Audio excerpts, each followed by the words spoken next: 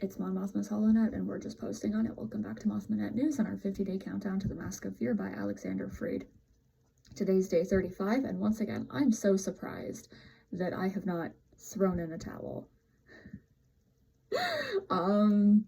Yeah, so huge shout out to me for keeping going. Yeah, let's just sit with that for a second. I'm proud of me. Yeah, so today is day 35, and we're discussing Mon and Leia's relationship. While in the process of working on other things, I came to the realization that Mon and Leia's relationship needed its own day. I love the way that the two of them interact and the way that they're able to challenge one another and make each other better people and better politicians. The first real example of all of this is in Leia, Princess of Alderaan. Bail is busy with rebellion stuff and therefore isn't really in the headspace of guiding Leia through her time in the Apprentice Legislature. So Mon ends up filling that kind of like mentorship role. Mon is also a very heavy influence in her joining the rebellion, and that's not something that Bail is really interested in his daughter doing at this point in time, because he's still like, you're my child, right? And Mon's like, yeah, she's actually basically a grown person at this time. Like, she's entering adulthood. She's fine. And so Mon is able to, find ways to not only keep Leia safe, but also make sure that she can act as a rebel.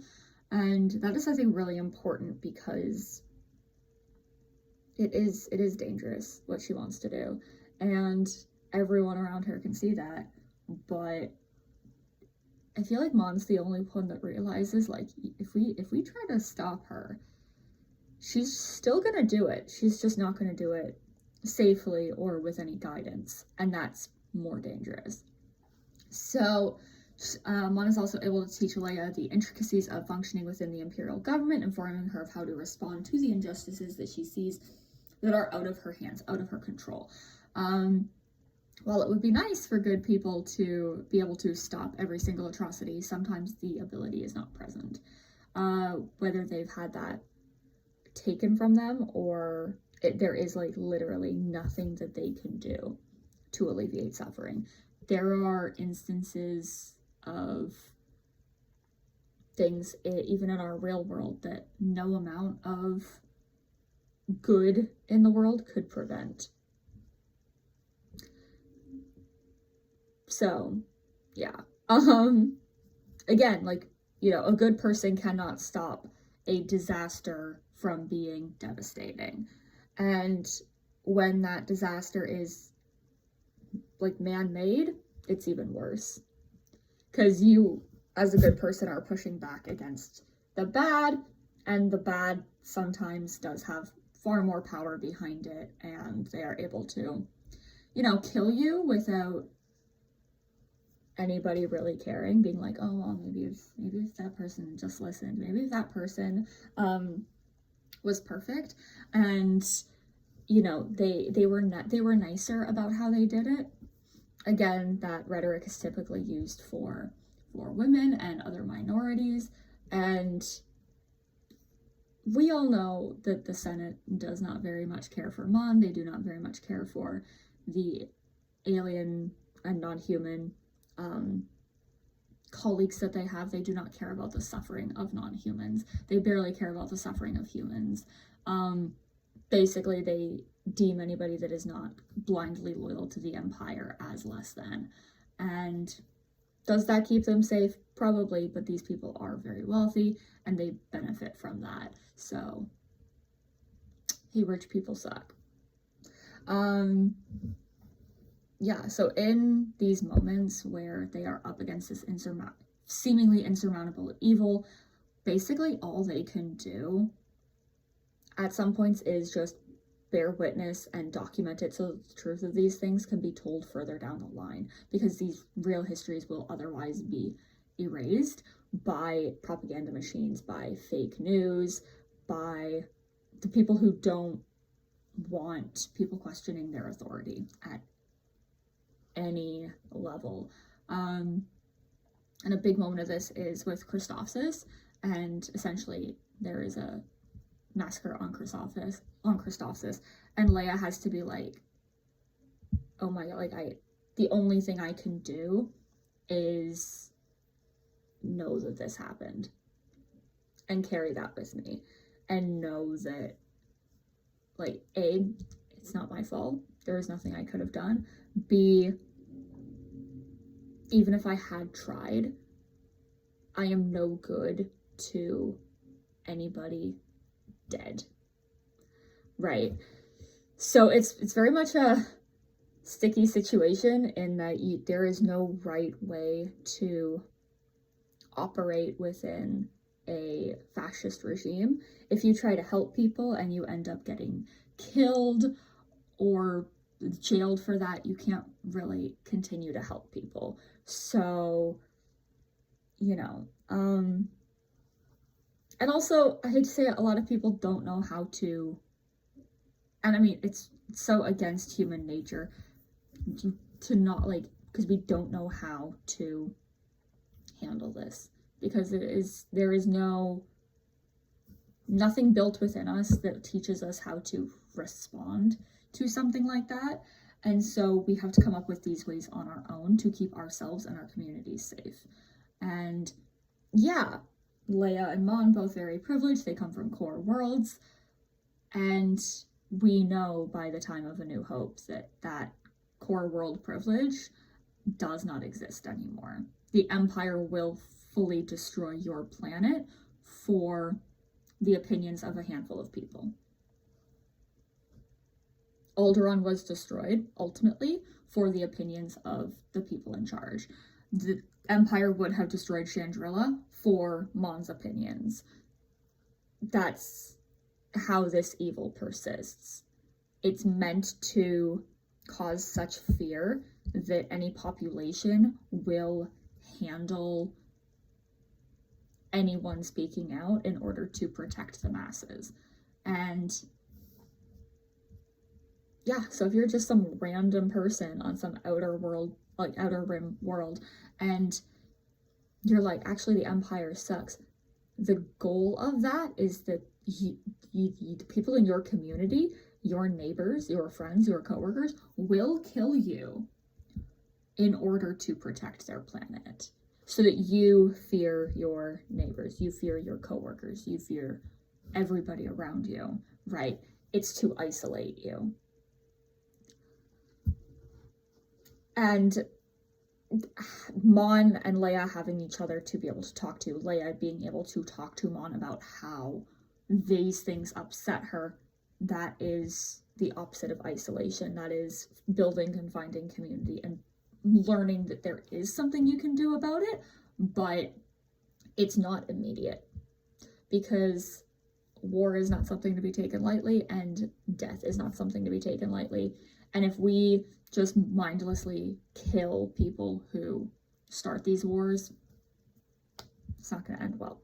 So, you know, this is a lot for Leia to learn, because Leia very much wants to rush in and just do whatever it takes, and that's not going to be helpful. Yeah, so Mon's support for Leia joining the rebellion is very key. But like I said, it's even more important that she teaches Leia how to rebel in a way that will keep her alive and able to continue fighting against the Empire. Because Leia is intelligent, brave, strong, but she's also really impulsive as well. And those impulses serve her well. She has a very strong sense of justice, and when she sees injustice, her impulse is to right that wrong. Very good instincts to have, could also get you killed. And she, like, so she doesn't necessarily think about it. She's like, oh, person in danger, I'm gonna rush into the danger to help them, put myself in danger, right? Mon likely knows that Leia is, yeah, like I said, Mon's likely able to see that Leia's going to go ahead with or without their support, and so she offers it because she needs to make sure that Leia learns from people that are going to see her as a young adult and not simply as a child or a full-grown adult. She's in the middle at this point. So there's still a lot that she needs to learn. She is still a student, but she is also able to lead. It's a very, like, transitionary period in her life because she's coming out of her childhood. She's moving into her adulthood. So there's a lot of learning that needs to be done there. There's a lot of guidance and leadership that she needs to receive, and she also needs to show that she can give, right? And I don't think a lot of leaders of other rebel factions would be able to see that. They'd be like, are you a child or are you an adult? If you're a child, leave. You cannot fight with us. If you're an adult, you just have to be an adult. Like, we expect that you know how to be an adult, right? And I think that that's part of the thing with Saw and Jin, is that at one point she was a child and then suddenly she was an adult. She lacked that, like, adolescent transition period into adulthood. You know, she's a child, she's being protected by Saw, suddenly she's being sent out to do things. And yes, she was being taught a lot of how to fight as a child, but she doesn't know how to lead and guide as an adult. She never really learned how to be a leader directly from Saw. She just had to, like, watch him and learn. There was no, like, okay, this is, you know, the best way to lead. You have to kind of, you know. And Saw's a great leader, but I don't think at the end of the day he really wanted Jin fighting. I feel like for him it was very much like the Empire should be gone, and it's not. And now you have to fight, and now I have to send you away because, you know, and abandon you because people are figuring out who you are, and now you're in even more danger. So somehow the galaxy at large is safer for you than it is at, like, home with me. Yeah, not great. And again, comparing this because Jin and Saw are very much in a similar situation to Leia and those around her. Admittedly, only like 2 people know of Leia's true like 2 or 3 people know about Leia's true parentage. But if that got out, like, we see the effects of that further down the line when Leia is, like, a full-grown adult. If that had happened when she was a child, things would have been way more fucked up. That was, like, one of my big fears in Obi-Wan Kenobi, was that they were just gonna kind of figure that out. And I'm so glad that they didn't, because I was like, no, this could break literally the entire timeline. Don't do it, don't do it, don't do it. But sometimes I don't have very much faith in a lot of Star Wars projects. Full disclosure. Yeah, so, like, Mon also in this realizes and recognizes the importance of people of Leia's generation fighting the Empire, even though for many of them they had never known a world where peace and democracy existed. It just was not a luxury that they had. Many of them only knew war and fascism. And Mon is there during Leia's Day of Demand, and she is also there when Leia completes her challenges and is invested as heir to the Alderaanian throne.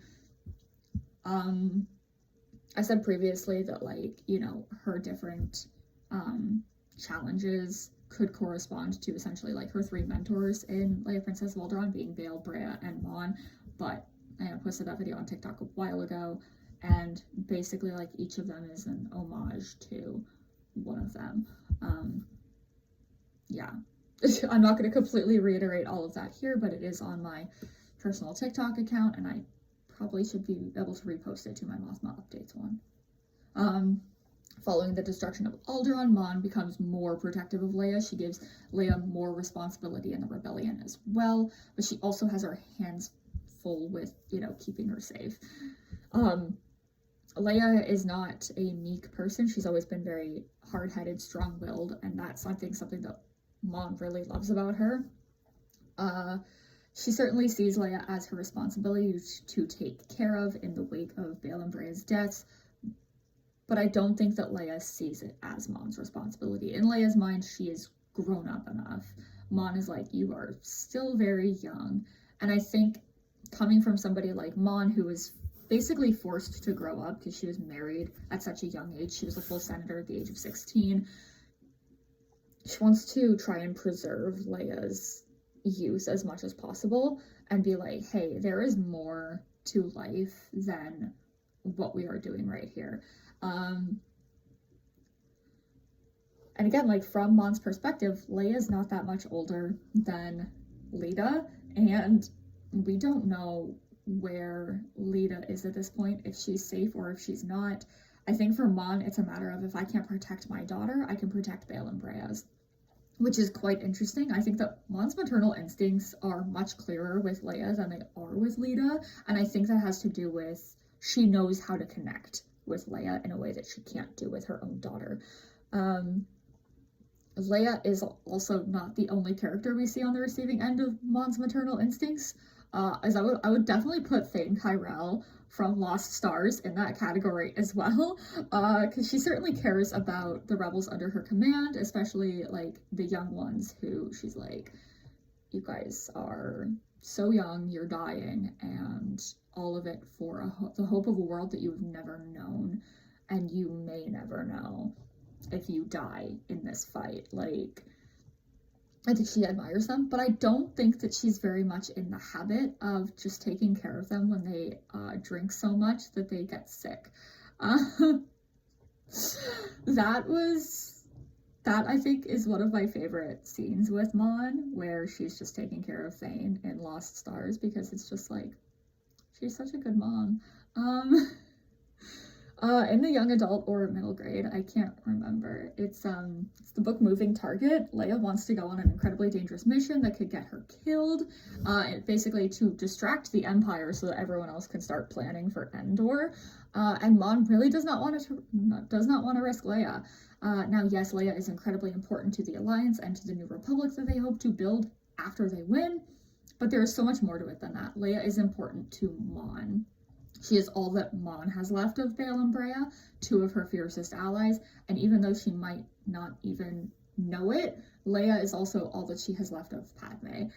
And she really needs Leia by her side. She is so unwilling to let Leia put herself in danger that she attempts to bribe Leia with the chance to rescue Han. That is how desperate Mon is. And she literally says to Leia, like, losing her would be unbearable to her.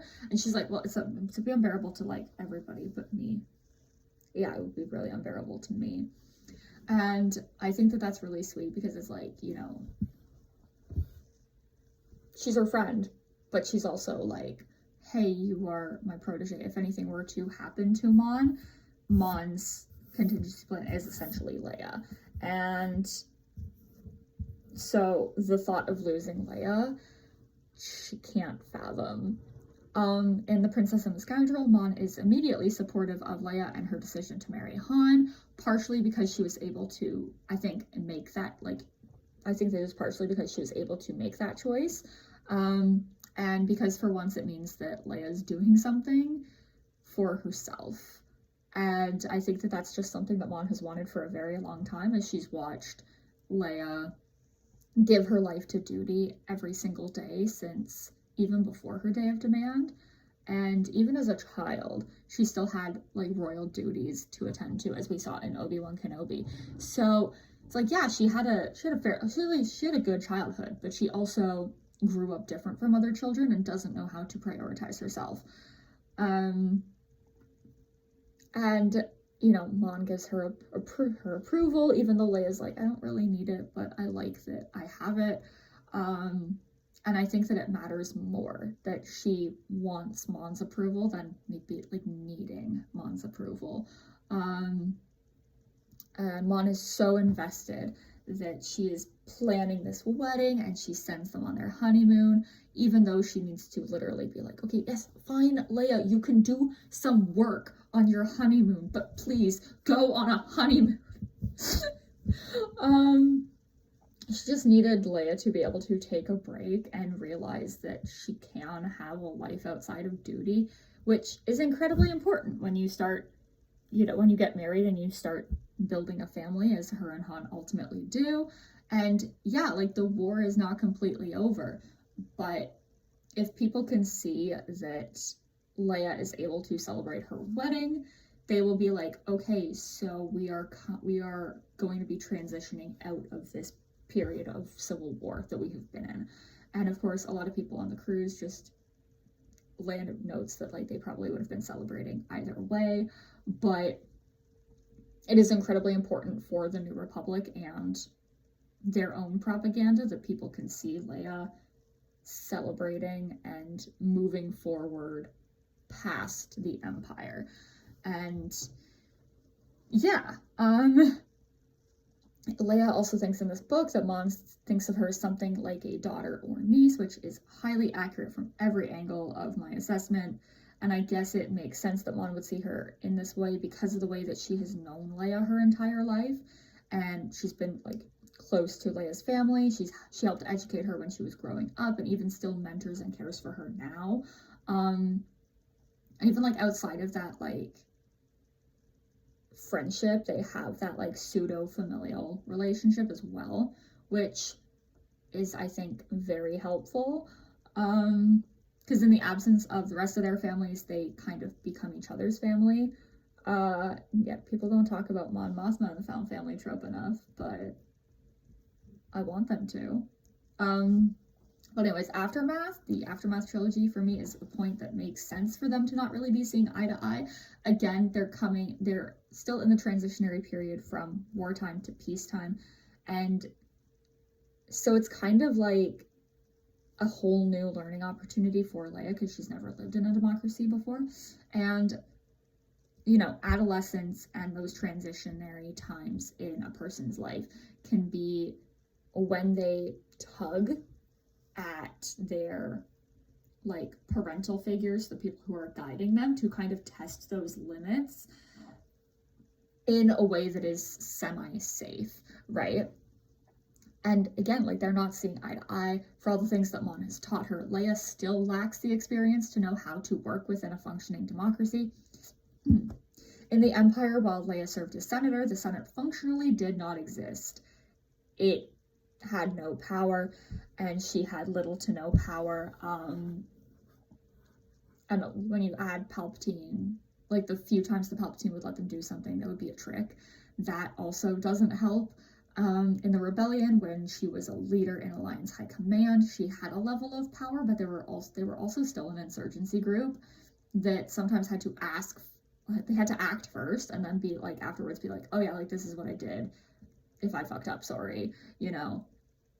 And so it's very much like ask for forgiveness rather than permission in a lot of cases, because you had to make those snap decisions to protect your people, protect the fleet, you know, get something done, take advantage of an opportunity. And that's not really how it works in a functioning democratic government. Both of them are going through it individually and together in this trilogy, but at the end of it, they're able to maintain their friendship and the deep respect that they had for one another. Mon and Leia clearly want to reconcile with one another while they're disagreeing with how the other is handling or wants to handle this situation.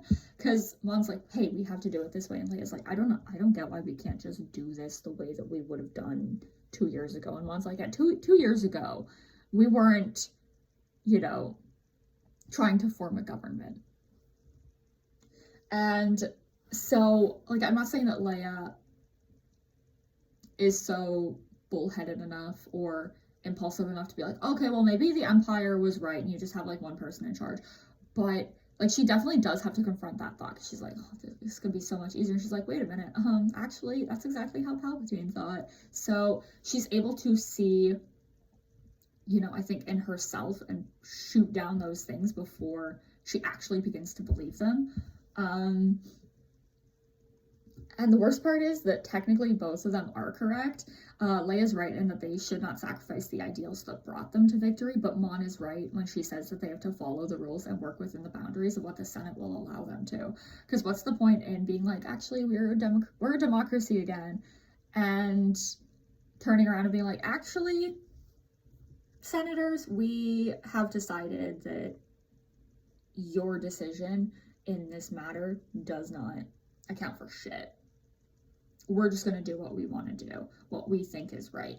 And it is very much a double-edged blade, because that's how democracy is. You can, so many people will be like, oh, I just don't understand why they just don't do this. And it's just like, well, I mean, if they did, that would be completely stepping over everything that is in place that protects your democracy. So, you know, seeing dissent is important in a democracy, and if we have to like nurture that in a way that respects the institution and respect what the core beliefs of that institution are, right? The New Republic's core institution is don't be the empire. We're better than that. And democracy, oppression for no one, and like a whole bunch of other things, right? So it's very much like anti-imperial. And so when they have those moments where they're just like, oh my gosh, this could be so much easier if we could just, do this with a wave of our hand. Yes, that thought makes sense because they are frustrated. But in some cases, that is the only thing that some of these young people have ever seen from their government.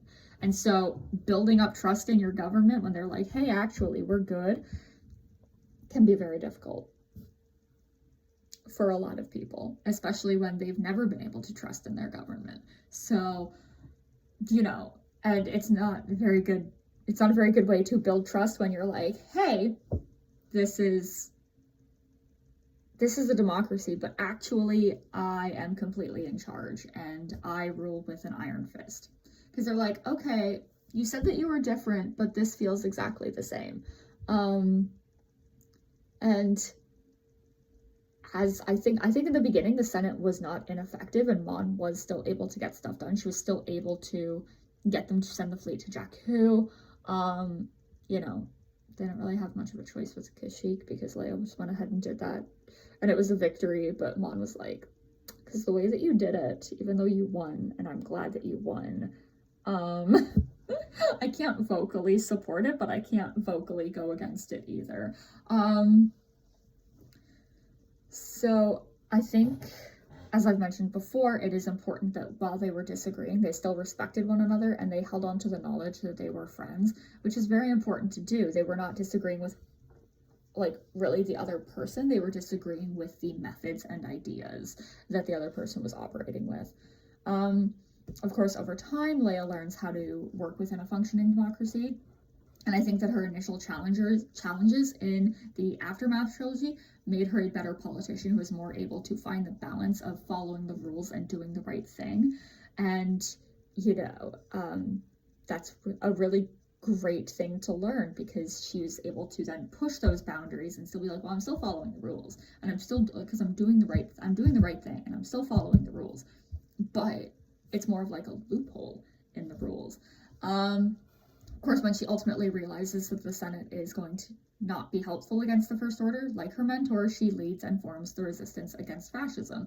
While we're on the topic of bloodline, I think that one of the best ways that we are shown the love that Mon holds for Leia is when she sends her support after it's revealed that Vader is Leia's father, and she expresses that she had suspected for a while.